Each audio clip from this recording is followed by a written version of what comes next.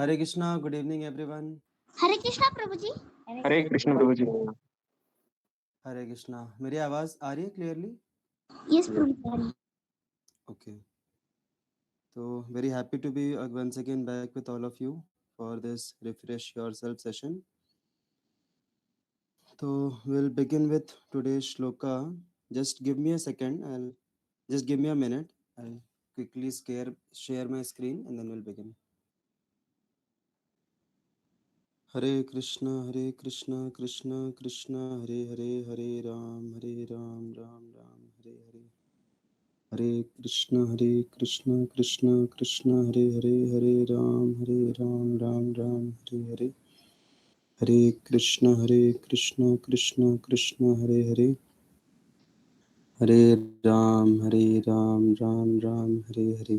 हरे कृष्णा कृष्णा कृष्णा हरे हरे, हरे राम राम राम हरे हरे। तो आज का हमारा श्लोका है भगवत गीता के 18th चैप्टर का 30th shloka. So I'll quickly share my screen.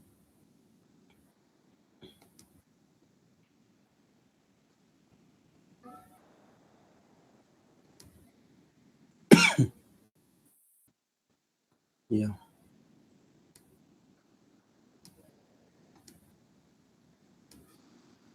क्या मेरा स्क्रीन विजिबल है? यस प्रभु जी। ओके, तो आप सभी रिपीट कर सकते हैं। प्रवृत्तिं च निवृत्तिं च प्रवृत्तिं च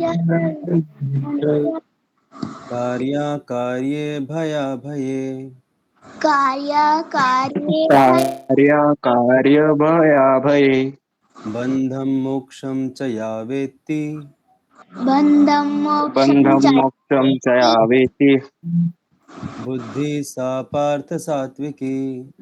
बुद्धि सा बुद्धि पार्थ। सा पार्थ सात्विकी। हरे Krishna. Translation: O son of Partha, Pratha, that understanding by which one know what ought to be done and what ought not to be done, what is to be feared and what is not to be feared, what is binding and what is liberating, is in the mode of goodness. Hare Krishna. Hare Krishna. Thank you Vivek Prabhu.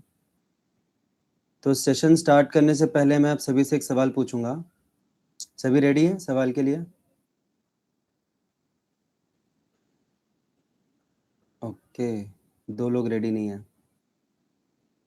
Okay, या तो सवाल ये है, अभी आपको आप जहाँ पे भी बैठे हैं, जिस भी रूम में बैठे हैं, अपने आसपास देखना है और कितने ऑब्जेक्ट्स रेड कलर के हैं आपको मुझे बताना है। ओके, आसपास देखिए कितने ऑब्जेक्ट्स रेड कलर के हैं। डार्क रेड, लाइट रेड, कुछ भी चलेगा, बट रेड होने चाहिए। यस, कोई बता सकते हैं? प्रभु जी 4। 4 अदर्स? 4 आदित्य, 4 अदर्स? रामेश्वर प्रभु 5, गणेश प्रभु 6, वेदांत प्रभु 4, 7 विठल प्रभु जी 7। हो गया सबका? Yash and Vivek are remaining I think. Vivek 8। Wow, topper I think Vivek Prabhu हैं अभी तक के। What about Yash Bhosale? Okay, मुझे लगा नहीं था इतने सारे रेड कलर के ऑब्जेक्ट्स हैं आपके आसपास। मुझे लग रहा था 0 या तो 1 या तो 2 ऐसे नंबर आएगा। तो अभी मेरा आप सभी से सवाल है कि जब मैंने आपसे पूछा कि आपके रूम में आसपास रेड कलर के कितने ऑब्जेक्ट्स हैं, तो आपके रूम में ग्रीन कलर के भी ऑब्जेक्ट्स होंगे, राइट? किस किस के रूम में ग्रीन कलर के भी ऑब्जेक्ट्स हैं? या लेकिन क्या आप लोगों का ध्यान ग्रीन कलर के ऑब्जेक्ट्स में गया? आप लोगों ने ग्रीन कलर के ऑब्जेक्ट गिने क्या उसमें? नहीं। तो ये आपके आसपास हैं, लेकिन फिर भी आपका ध्यान किस पे गया? रेड कलर के ऑब्जेक्ट्स पे। तो इससे हमें क्या समझ में आता है कि हमारे आसपास की जो रियलिटी है, उस रियलिटी का हम सिलेक्टिवली, उस रियलिटी को हम सिलेक्टिवली एक्सपीरियंस करते हैं। हमारे जीवन में हमारे आसपास बहुत सारी चीज़ें होती हैं, बहुत सारी घटनाएं घटती हैं, बहुत सारे कार्य हम खुद कर रहे होते हैं और बहुत सारी चीज़ें हमारे आसपास होती हैं, लेकिन हमारा ध्यान क्या हर एक चीज़ के ऊपर जाता है साइमल्टेनियसली? हर एक चीज़ के ऊपर हम ध्यान दे पाते हैं एक साथ? नहीं दे पाते। तो इससे हमें पता चलता है हमारे माइंड का एक स्वभाव, हमारे मन का एक स्वभाव पता चलता है कि हमारा मन जो है वो सिलेक्टिवली एक्सपीरियंस करते हैं रियलिटी को। इसको हिंदी में क्या बोलेंगे? चुन के वो, I am sorry, I am very bad at Hindi, वो अपने आसपास की जो सच्चाई है उसको सिलेक्टिवली, वो क्या बोलेंगे, चुन के अनुभव करता है, पूरी की पूरी रियलिटी, पूरी की पूरी सच्चाई को अनुभव नहीं करता। इसीलिए बहुत सारे लोगों को ऐसा बोला जाता है कि आप तो एब्सेंट माइंडेड हैं, राइट? एब्सेंट माइंडेड वर्ड सुना है सभी ने? एब्सेंट माइंडेड, खोए खोए से हो आप तो, राइट? तो ये एब्सेंट माइंडेड करके कुछ नहीं होता, ये एक प्रकार का मन का भ्रम है। कोई भी व्यक्ति एब्सेंट माइंडेड नहीं रहता।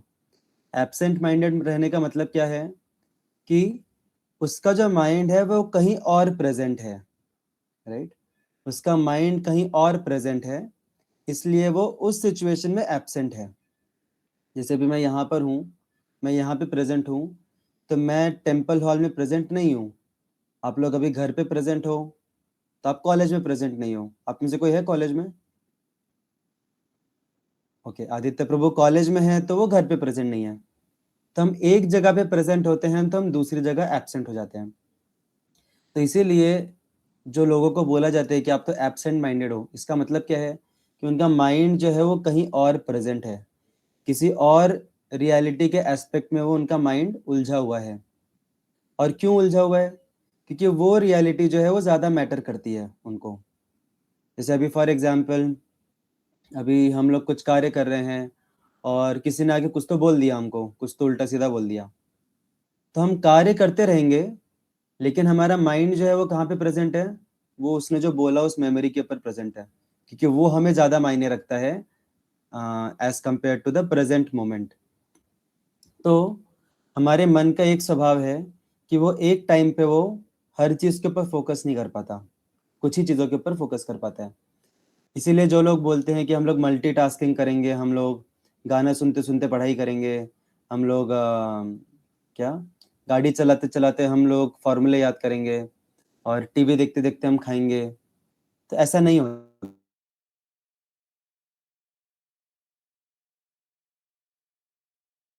मल्टीटास्किंग नहीं कर पाता। माइंड जो है वो एक ही चीज के ऊपर एक टाइम पे फोकस कर पाता है। भले ही आप खा रहे हो, आप टीवी देखते देखते खा रहे हो, लेकिन आपका मन जो है, आप फिजिकली खा रहे हो, लेकिन आपका जो मन है वो एक समय पे या तो टीवी पे फोकस करेगा या तो खाने पे फोकस करेगा। दोनों चीजों पे एक साथ मन फोकस नहीं कर सकता। एक पे फोकस करेगा, एक को वो ऑटो पायलट मोड में वो चलते रहेगा, लेकिन फोकस एक ही चीज पे हो पाता है। जैसे अगर कोई गाना सुनते सुनते असाइनमेंट कर रहा है, आपने एक्सपीरियंस किया होगा, आप में से किसी ने गाना सुनते सुनते असाइनमेंट करते हैं, तो हमारा फोकस या तो गाने पे हो जाता है, लिरिक्स पे, और कभी कभी बच्चे होता भी ऐसा, गाना सुनते सुनते लिख रहे हैं और असाइनमेंट में भी वो गाना लिख के आ जाते हैं पूरा का पूरा गाना नहीं, बट ऐसे एक दो शब्द वो गाने के आ जाते हैं उसमें, क्योंकि माइंड इतना एब्जॉर्ब हो गया उस गाने में। और अगर वो ध्यानपूर्वक असाइनमेंट लिख भी रहा है, तो बैकग्राउंड में भले ही चलते जा रहा हो, उसके कान के अंदर जा रही है गाने की आवाज़, लेकिन ध्यान उसका असाइनमेंट पे है। तो इसीलिए मल्टीटास्किंग जब भी हम करते हैं, तो हमें समझ जाना चाहिए कि हम क्वालिटी में कॉम्प्रोमाइज़ कर रहे हैं। जो 2 या 3 एक्टिविटीज़ हम मल्टीटास्किंग कर रहे हैं, हम कर लेंगे, लेकिन क्वालिटी में कॉम्प्रोमाइज़ होगा, इतना पक्का है, क्योंकि माइंड हमारा एक टाइम पे एक ही जगह पे फोकस कर पाता है। तो जैसे उदाहरण स्वरूप, आप लोग कभी अगर किसी सेमिनार में जाते हैं, किसी हॉल में गए, सेशन चल रहा है कुछ, तो हॉल के अंदर बहुत सारे चेयर्स, बहुत सारे टेबल्स होंगे, लेकिन क्या आप हर एक टेबल, हर एक चेयर के ऊपर ध्यान देते हो? आप लोग कितने चेयर हैं, कितने टेबल हैं, वो गिनते बैठते हैं क्या हम? कौन सी चेयर कैसी है देखते हैं क्या, कौन से कंपनी की है? नहीं। हमारा फोकस कहाँ पे रहता है? हमारा फोकस रहता है फैन किधर है, राइट? आज गर्मी के मौसम में फैन किधर है, एसी किधर लगा है, या फिर और क्या फोकस रहता है हमारा? Near window. हाँ, विंडो के पास कौन सा है? Window seat. आजकल के ज़माने में लोगों को सबसे ज़्यादा टेंशन रहता है, बाकी सारी चीज़ें बाद में। सबसे पहला टेंशन रहता है प्लग पॉइंट किधर है। राइट?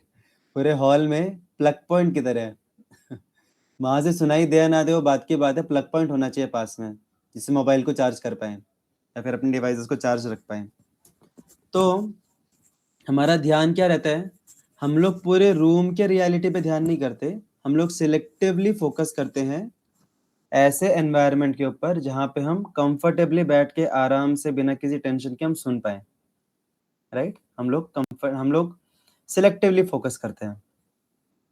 तो ये बात हुई आउटवर्ड फोकस की। बाहर की परिस्थिति के ऊपर हम हर चीज के ऊपर फोकस नहीं करते, हम सिलेक्टिवली फोकस करते हैं क्या चीज मेरे लिए लाभदायक है उसके ऊपर। तो हमारे जीवन में जीते जीते हमारे दो प्रकार की दुनिया रहती हैं जिनका हमें सामना करना पड़ता है। एक प्रकार की दुनिया रहती है हमसे बाहर, हमारे बाहर की जो परिस्थिति है, बाहर का जो एनवायरनमेंट है, वो एक रियलिटी है। उसके अलावा दूसरी दुनिया कौन सी है? और कोई रियलिटी है? Any guess?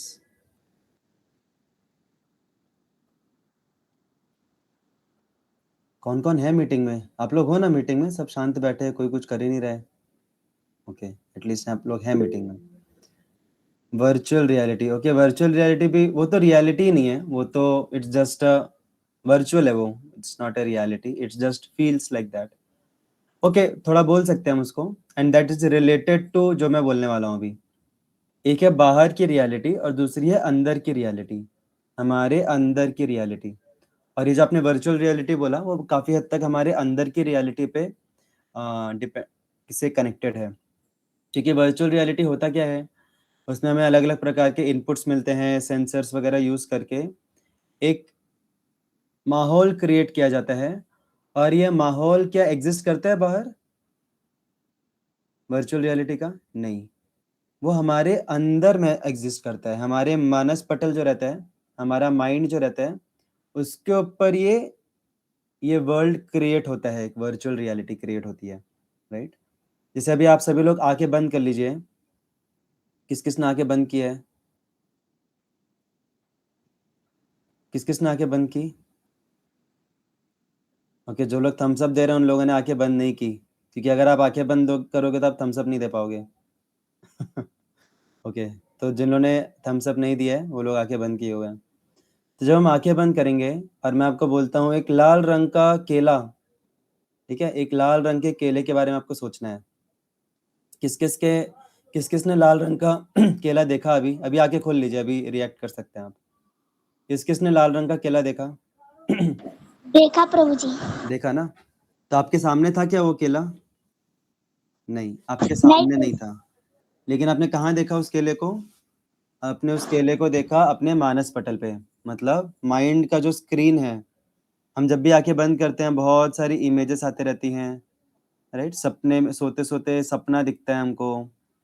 तो ये सारी चीजें बाहर नहीं हो रही हैं, ये सारी चीजें जो हैं ये हमारे माइंड का जो पर्दा है।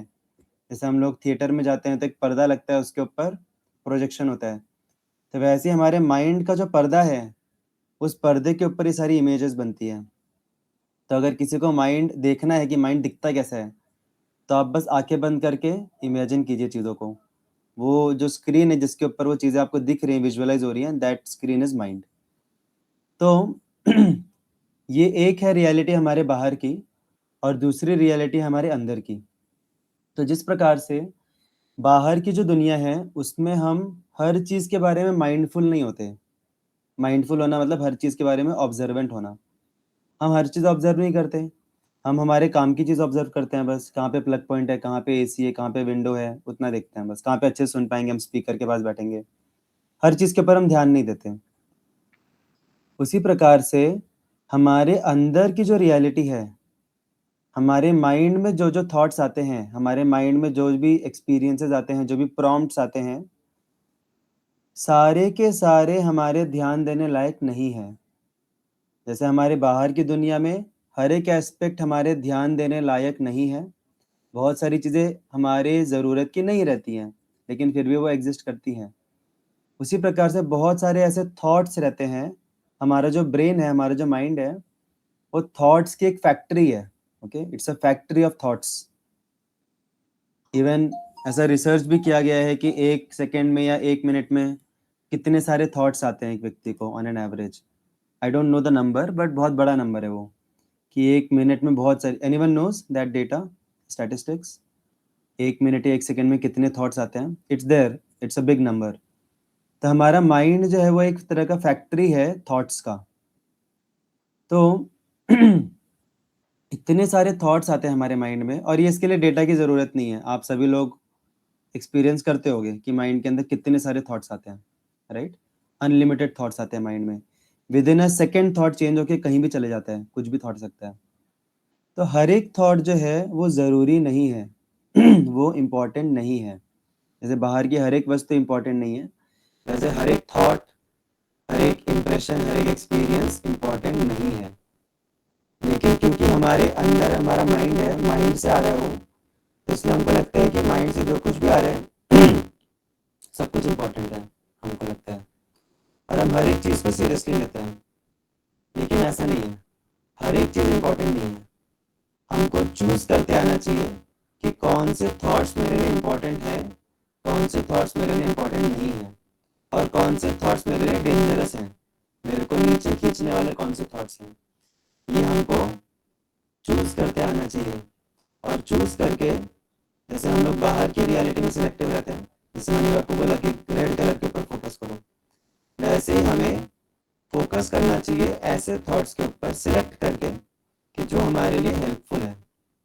जैसे फॉर एग्जांपल अभी एक क्रिकेट प्लेयर है, बैट्समैन है, उसने बॉलर ने बॉल डाली और बैट्समैन ने उसको ऐसे छक्का मारने के स्ट्रोक में खेला, लेकिन समाव थोड़ा सा बैट का प्लेसमेंट गलत हो गया और वो छक्का नहीं गया, वो मतलब उसमें एक भी रन नहीं हुआ, मतलब कुछ भी नहीं हो पाया उसमें। फील्डर ने आराम से पकड़ लिया उसको, आउट नहीं हुआ वो, लेकिन फील्डर ने पकड़ लिया उसको। छक्का मार सकता था लेकिन थोड़ा सा बैट स्ट्रोक हो गया। तो अभी जो बैट्समैन है उसके मन में अलग अलग विचार आएंगे। क्या क्या विचार आ सकते हैं, कोई बता सकता है? बैट को अभी ही ढूंढा था। ओके, और कुछ? अभी आप उस बैट्समैन की परिस्थिति में होते हैं तो आपके मन में क्या क्या विचार आते हैं? 6 का चांस मिस किया। हाँ, इतना अच्छा चांस था छक्के का, मिस कर दिया मैंने। मैंने एक डिसग्रेस ला दिया अपने। क्या सोच रहे होंगे नॉन स्ट्राइकर एंड पे या पवेलियन में जो अंदर ड्रेसिंग रूम में, और क्या सोच रहे होंगे? और क्या थॉट्स आ सकते हैं? मेरी वाइफ क्या सोच रही होगी जो टीवी पे देख रही है, राइट?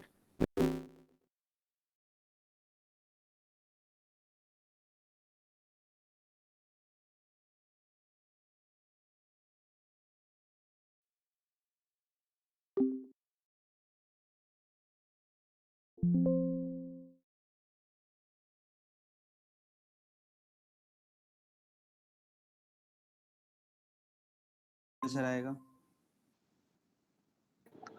अच्छा खेलने का मतलब।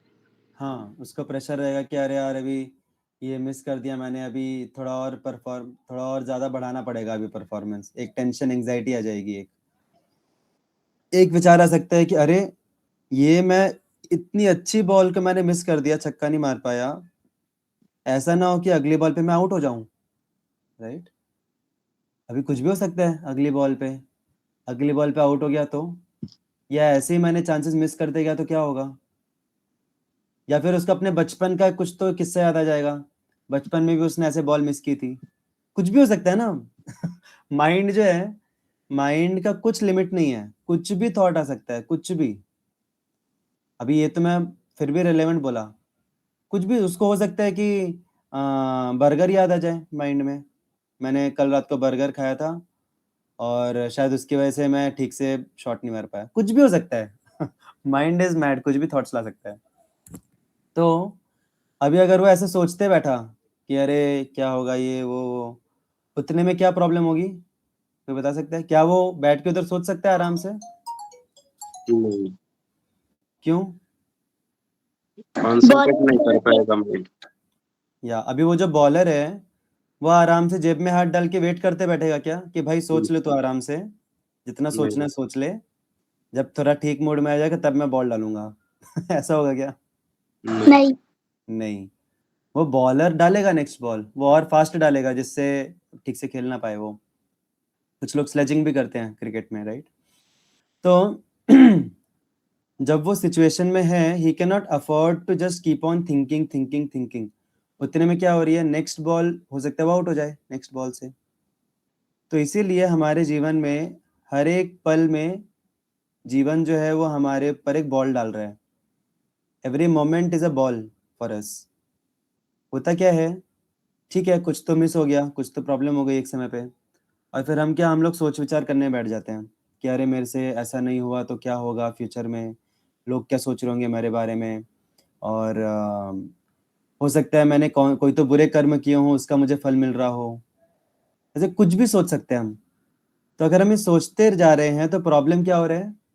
What is the problem in thinking, keep on thinking like this? Problem बढ़ता ही जाएगा। हाँ, प्रॉब्लम ये है कि हम प्रेजेंट खराब कर रहे हैं अपना।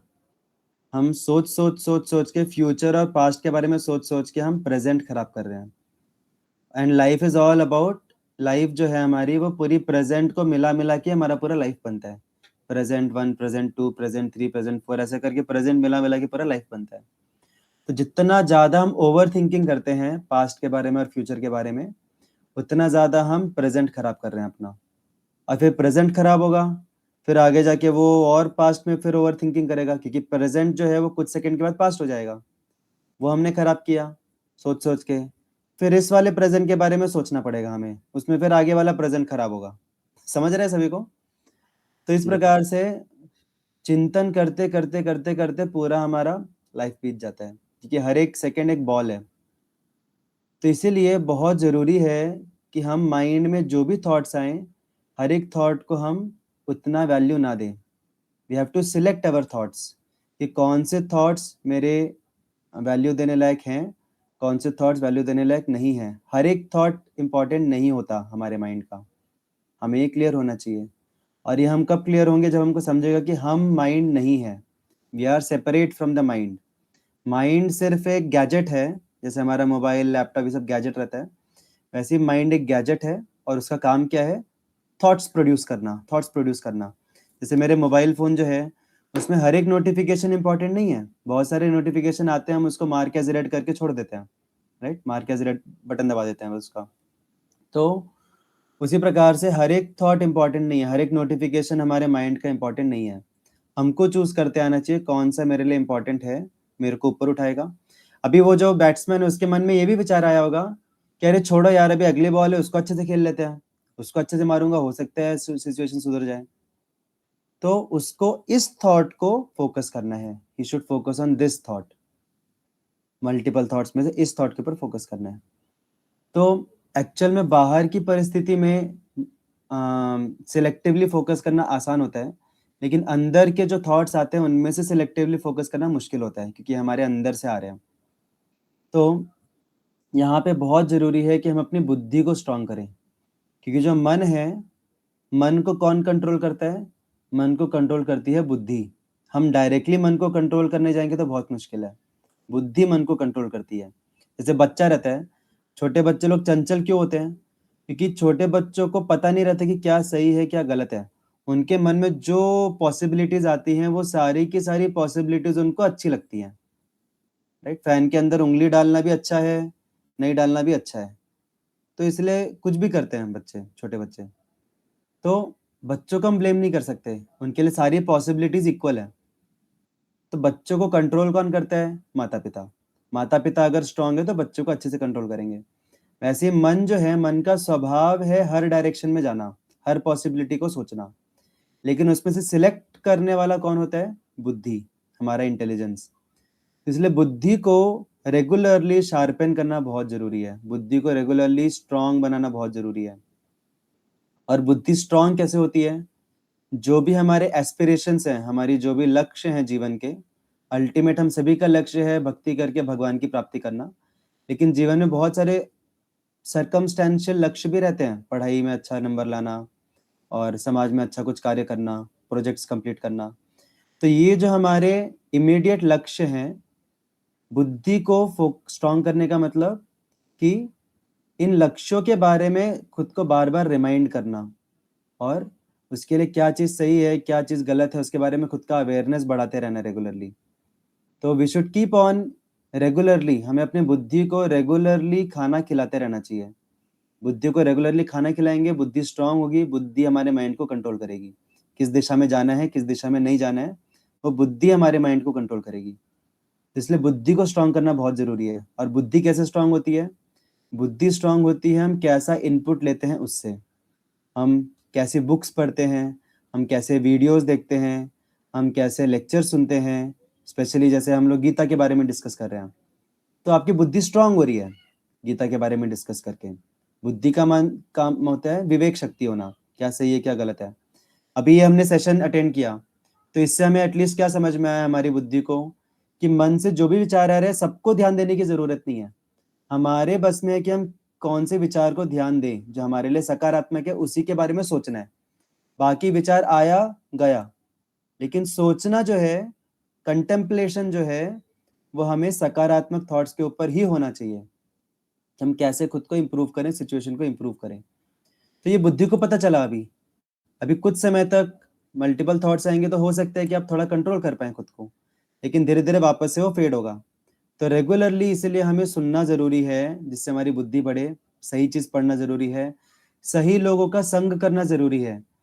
जैसे हम सही लोगों का संग करते हैं, एसोसिएशन लेते हैं, तो उससे हमें समझ में आता है कि क्या चीज़ हमारे लिए अच्छा है। दूसरों के एग्जाम्पल से हमको भी मोटिवेशन मिलता है, इंस्पिरेशन मिलता है। तो इस प्रकार से सही इनपुट्स लेना, सही लोगों का एसोसिएशन लेना, इन सब चीज़ों से हमारी बुद्धि स्ट्रांग होती है। और फिर बुद्धि हेल्प करती है माइंड में से कौन से थॉट्स इंपॉर्टेंट है उनको सिलेक्ट करने में। सो दैट्स हाउ हमें माइंडलेसली माइंडफुल नहीं होना चाहिए। हमें हर एक चीज़ के बारे में माइंडफुल होने की ज़रूरत नहीं है। हमें सिर्फ ऐसी चीज़ों के ऊपर माइंडफुल होना चाहिए जो हमारे लिए ज़रूरी है, जो हमारे लिए अच्छी है, और वो हमारा बुद्धि को स्ट्रांग करने से होता है। तो अभी अगर आपको लग रहा है कि अरे बहुत डिफिकल्ट है मन को कंट्रोल करना, मत कीजिए मन को कंट्रोल। आप बुद्धि को स्ट्रांग कीजिए, इंटेलिजेंस को स्ट्रांग कीजिए। जो आपके लिए इंपॉर्टेंट चीज़ है, जो अच्छी चीज़ है, हेल्दी चीज़ है, उसके बारे में सुनिए ज़्यादा से ज़्यादा। जितना ज़्यादा सुनेंगे, जितना ज़्यादा पढ़ेंगे उसके बारे में, वैसे लोगों का जितना संग लेंगे हम, उतना ज़्यादा हमारा बुद्धि स्ट्रांग होगा और बुद्धि माइंड को कंट्रोल करेगी। हमको कोई टेंशन लेने की ज़रूरत नहीं है, हमारी बुद्धि माइंड को कंट्रोल करेगी। So that's what we can understand from this shloka.